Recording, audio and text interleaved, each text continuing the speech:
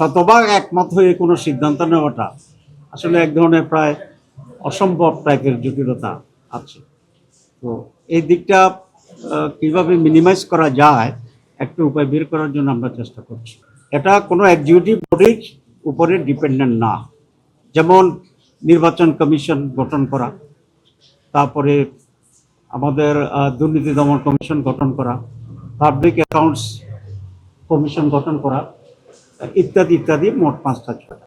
আগে যেভাবে হতো সেটা হচ্ছে প্রত্যেকটা কমিটি নিয়োগের আগে একটা সার্চ কমিটি করা। সার্চ কমিটি প্রস্তাবনা তৈরি করতো এবং সেই প্রস্তাবনার ভিত্তিতে প্রেসিডেন্ট এটাকে নিয়োগ দিত। এটা বলার জন্য ব্যাখ্যাটা এই যে সমস্ত কমিটি কখনোই প্রধানমন্ত্রীর অধীন ছিল না এবং এক্সিকিউটিভের সাথে এটা কোনো রিলেশন না, এটি ইন্ডিপেন্ডেন্ট কাজ করছে। কেউ কেউ এটাকে ভুল বুঝে এটা বলতে চাচ্ছিলেন যে এরকম একটা কমিটি থাকলে প্রধানমন্ত্রীর হাত পা বেঁধে দেওয়া হবে। আসলে এর সাথে প্রধানমন্ত্রীর হাতও জড়িত নাই, পাও জড়িত নাই। তারা আগে ইন্ডিপেন্ডেন্ট ছিল। আগে ছিল প্রত্যেকটা আলাদা আলাদাভাবে সার্চ কমিটি হবে এবং বিভিন্ন সময় বিভিন্ন ব্যক্তি সার্চ কমিটির সদস্য, এবং এতে করে প্রধানমন্ত্রীর হস্তক্ষেপ করার সুযোগটা ছিল বেশি। আমরা অতীতেও দেখেছি সার্চ কমিটি হইতো, প্রধানমন্ত্রী থেকে একটা গোপনে লিস্ট পাঠিয়ে দেওয়া। এটা রোধ করা খুব জরুরি।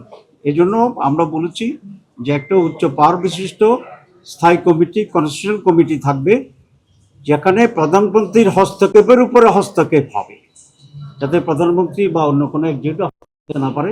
এখানে প্রধানমন্ত্রীর ক্ষমতার সংকুচিত বা পরিবর্তনের কোনো ইস্যু নেই, কারণ এটা আগেও ইন্ডিপেন্ডেন্ট ছিল and it was never under the prime minister. Constitutional body গঠনের মাধ্যমে প্রধানমন্ত্রীর ক্ষমতার হস্তক্ষেপের কোনো সুযোগ নেই, আগেও ছিল না।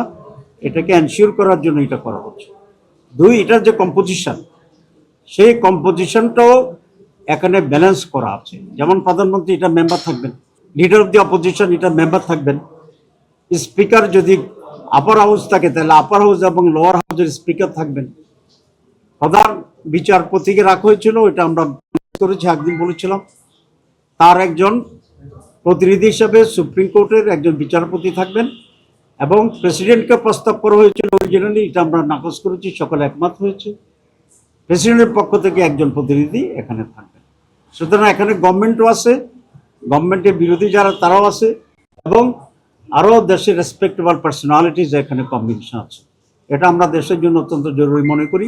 দেখেন, এখনও আমরা বলি যে আওয়ামী লীগের ভূতেরা সচিবালয়ে এখনো সচিব রয়ে গেছে, তাইলে ভূতের আসর তো হয়েছে।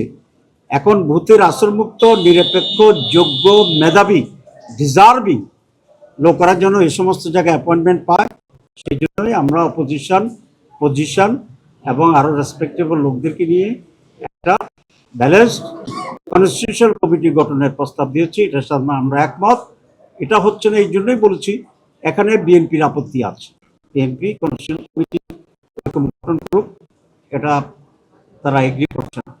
তো অধিকাংশ, মোর দেন 2/3 এটার সাথে এগ্রিমেন্ট করা হয়েছে। আমরা এই জন্য আজকেও কনক্লুশন হয়নি, কিছু আবার রিফর্ম করা হয়েছে, একটু পরিবর্তন করা হয়েছে। করার পরে আরও কাছাকাছি আসা যায় না, কারণ এগুলো অত্যন্ত গুরুত্বপূর্ণ, এবং যত বেশি ক্লোজার হওয়া যায়, একমত হওয়া যায়, তাতে কল্যাণ বেশি। এই জন্য আমি রিফর্মস কমিটি যারা আছে পরিচালক, তাকেও আমি ধন্যবাদ জানাই যে সে অধিকতর ধৈর্য সহকারে, মাঝে মধ্যে অনেকের ভিতরে একটু তৈরি হয়, কিন্তু উনি খুবই ধৈর্য সহকারে আরও ক্লোজার করার জন্য চেষ্টা করছেন। আমি মনে করি এরকম সংস্কারবিহীন একটি নির্বাচনের যদি আমরা এগিয়ে যাই, সেই নির্বাচন দেশের পরিবর্তন আনবে না, আবার ব্যাক টু দি প্যারিডিয়াম হয়ে যাবে। এবং এরকম নির্বাচনে দেশের মানুষ যাবে কিনা সেটা মানুষকে আবার